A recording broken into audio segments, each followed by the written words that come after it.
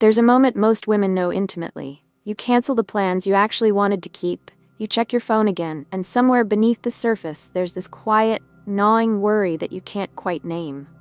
It doesn't feel like weakness. It feels like caring. It feels like love. But here's the thing, nobody tells you clearly enough. To a man who has built a life around autonomy and discernment, that energy doesn't read as devotion. It reads as an alarm. A silent one, but he hears it. And the cruelest part? The harder you try, the less magnetic you become. I know that's difficult to sit with, because everything in your upbringing, your culture, maybe even your closest friendships, taught you that giving more is the answer. Show up more. Be more available. Be more understanding. Be more. And yet behavioral psychology has been documenting this painful paradox for decades. Anxiety-driven attachment doesn't draw people in. It quietly, steadily pushes them away. Not because men are heartless, but because there's something in the human nervous system that responds to self-possession in a way it simply cannot respond to need. Men who have achieved a certain level of success, who have built something, who have options, who understand value, they evaluate women the same way they evaluate everything meaningful in their lives, through the lens of scarcity and substance. Constant availability doesn't signal love to them. It signals low status. And low status, fairly or unfairly, dissolves desire. The very act of seeking validation, even when it comes from a genuinely warm place, transforms admiration into obligation. And obligation, as you may have already felt, has a way of quietly extinguishing whatever spark was once there. Think about the women you've known who gave everything up front. Generous, sincere, emotionally open from the very first week. There was nothing wrong with them. Their hearts were real. But somewhere in all that giving, the mystery collapsed. And with it, the pursuit. Nietzsche touched on this, perhaps not with romance in mind, but the idea translates. Desire lives in tension. It needs friction, the slight resistance between reaching and receiving. When everything is immediately available, when there's nothing left to wonder about, desire doesn't deepen. It flatlines. A man may come to love a woman who overinvests herself. He may genuinely care for her, but raw, magnetic, choosing you across a crowded room attraction? That requires something else entirely. It comes down to neurochemistry, and it's not romantic, but it's real. Dopamine, the brain's reward signal, spikes under conditions of effort, uncertainty, and the anticipation of something not yet fully obtained. A man who has to wonder a little, who has to work a little to understand you, who can't quite predict your next move.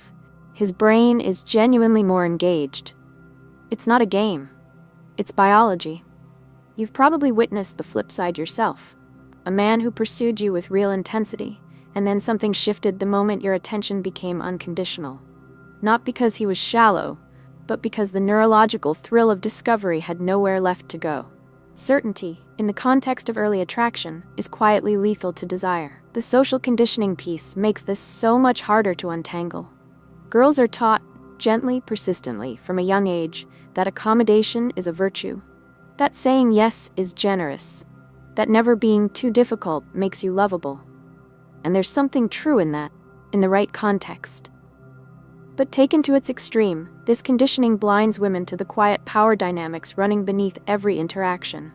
A high-value man isn't simply looking for kindness. Kindness is a baseline. What he's actually evaluating, often without consciously realizing it, is whether you have a life. Whether your happiness is sourced from within, whether his presence adds to your world, or whether his presence is your world. The woman who quietly cancels her entire evening to take a last-minute call communicates something she never intended to. I don't have much going on without you. And that, however lovingly it's offered, registers as dependency. Dependency contracts his sense of freedom, and freedom, counterintuitively, is precisely what fuels a man's desire to pursue. Cleopatra understood this, not just as historical mythology, but as a studied psychological reality. Her power over Caesar and Antony wasn't simply beauty, it was the deliberate architecture of her presence. She revealed herself selectively. She created challenge. She made conquest feel worth striving for, never guaranteed. Sherry Argov's research arrives at the same conclusion through a very different door. The women who sustain magnetic attraction are the ones who maintain mystery, who have a life that doesn't pause for a man's attention, whose emotional state is anchored in themselves rather than in his last text message. So the real work, and it is work, is both practical and deeply interior. It's about unlearning the impulse to overextend and replacing it with something that initially feels strange, restraint paired with genuine fullness. Not coldness, not games, not withholding love as a tactic, but rather the quiet confidence of a woman who has invested in her own inner life so consistently that her worth is simply not up for negotiation. Hobbies that are genuinely hers, friendships that nourish her, goals that excite her on Tuesday morning before he's even crossed her mind. That interior richness is the foundation of what I'd call invisible value, and it is, without question, the most magnetic thing a woman can cultivate. The accumulation of neediness happens so gradually that most women don't notice it until the damage is already done. A text sent just slightly too quickly, an evening rearranged to fit his sudden availability, a small opinion softened so as not to risk tension. Individually, each of these seems insignificant, even considerate. Collectively, they erode perceived value in a way that's almost impossible to reverse, because attraction doesn't fade dramatically. It fades quietly, replaced first by comfort, then by routine, then by a vague sense of obligation that neither person can quite articulate. The contrast, when a woman operates differently, is striking. She doesn't chase, she doesn't over-explain, she isn't afraid of silence or temporary distance. Her life is rich enough that his absence, while perhaps felt, doesn't destabilize her. And desire almost inevitably follows that kind of woman. But beyond the tactics, and yes, there are tactics, what this is really asking of you is something more existential. Neediness, at its root, is a surrender of self. It's the decision, often unconscious, to define your worth through someone else's attention. And escaping it isn't simply about behaving differently. It's about seeing yourself differently. Desire is a dialogue, not a monologue. Attraction isn't begged into existence. It's earned, cultivated, inspired. The woman who truly understands this stops experiencing the dynamic as something happening to her and starts understanding herself as the one who shapes it. That awareness alone changes everything. Once you step out of that pattern, something opens up, a quieter, more elegant kind of power. It doesn't announce itself.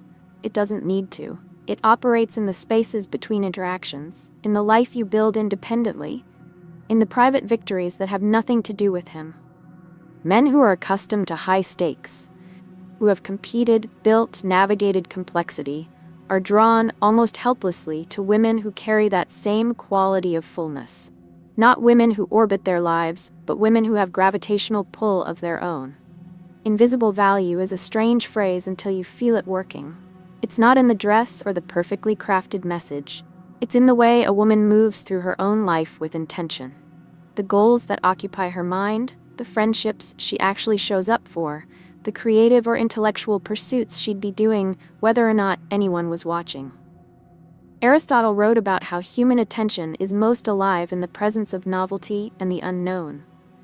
And there is something genuinely novel about a woman who isn't performing for validation, whose inner world is rich and still evolving and not entirely available for inspection. She becomes, in the most authentic sense, interesting, not as a strategy, as a reality.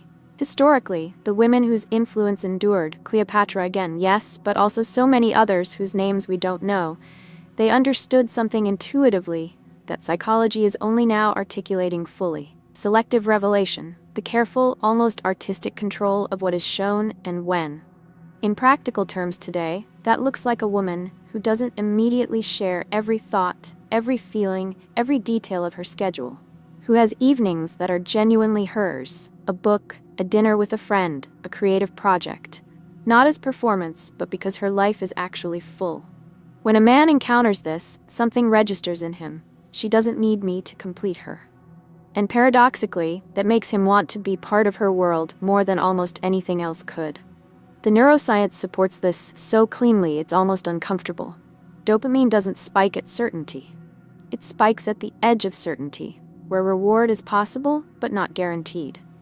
A woman who reveals herself incrementally, whose emotional landscape isn't immediately mapped and fully understood, keeps that neurochemical engagement alive in a way that total availability simply cannot. This isn't cruelty. It isn't withholding. It's the natural result of having an interior life that is genuinely layered, and the self-awareness not to flatten it for someone else's comfort. What makes this difficult, genuinely difficult, is that it requires resisting impulses that are deeply human and, in themselves, beautiful. The impulse to share everything when you're excited about someone, to rearrange your week because it would make things easier for him, to soften your own needs so there's less friction. These aren't flaws, they're the expressions of a generous nature. But applied without discernment, they quietly communicate dependency. And dependency changes the entire texture of a man's attraction. The woman who learns to offer warmth without tethering herself to his response, presence without dissolving her own boundaries, she achieves something rare. She is approachable but not endlessly available. She is warm but not consumed by him. There is a word for this balance, and the word is sovereignty. The cultural pressure here is real and persistent. Women are still, even now, subtly taught that devotion equals desirability, that the more you give, the more you are loved. But attraction doesn't work on generosity alone. It works on perceived self-sufficiency. The moment a woman truly internalizes that her worth is not a variable that fluctuates with his attention, something in the relational dynamic shifts permanently. She is no longer soliciting desire. She is inspiring it, not through withholding, but through the compelling reality of a woman who is fully, unapologetically herself, and who extends her attention as a choice, not a reflex. The existentialists had something to say about this too, though they weren't thinking about dating. The core idea that one's value is inherent, not constructed by external approval, becomes, in a relational context, almost subversive. A woman who embodies that principle doesn't need to perform confidence. She doesn't need to engineer mystery.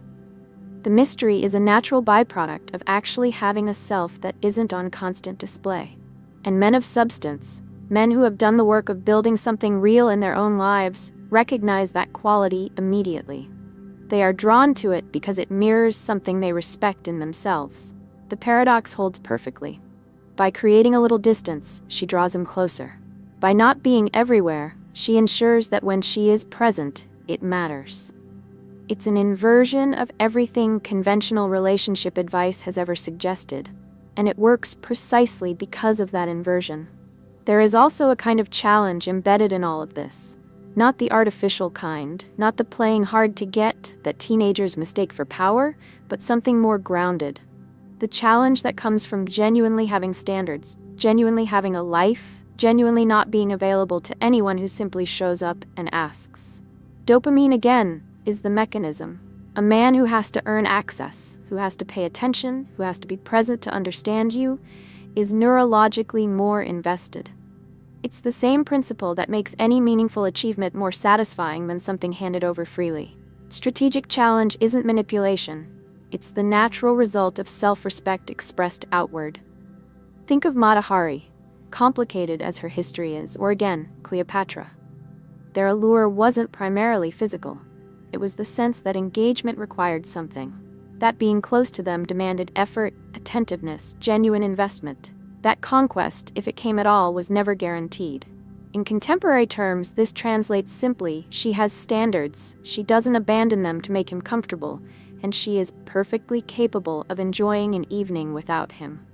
That combination, warmth alongside that quiet immovability, is genuinely irresistible. The contradiction at the center of this is real and worth sitting with.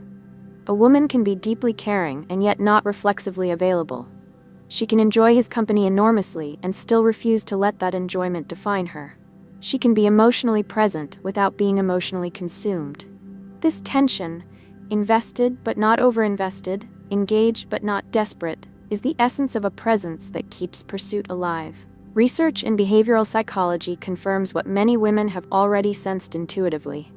Men describe heightened attraction to women who have rich, independent lives, who carry confidence that doesn't depend on the relationship for its source, and who are just slightly, tantalizingly unpredictable. Those qualities, so often misread as aloofness, are not distance. They are signals of high value. In practice, this looks quieter than you might expect. It's keeping the Thursday evening you had planned instead of rearranging for a last-minute invitation. It's a reply that's warm but not immediate, thoughtful rather than urgent. It's selective attention in conversation, genuinely engaged when you're engaged, genuinely elsewhere when you're not. None of this is trickery. It is simply the outward expression of a woman who is not hollowed out by need. And that clarity, that self-containment, communicates something that no perfectly constructed message ever could. The cultural story we've been told, that love is proven through endless giving, that attachment is secured through constant affirmation, runs directly counter to how attraction actually operates in the human nervous system. Pursuit is not born from convenience.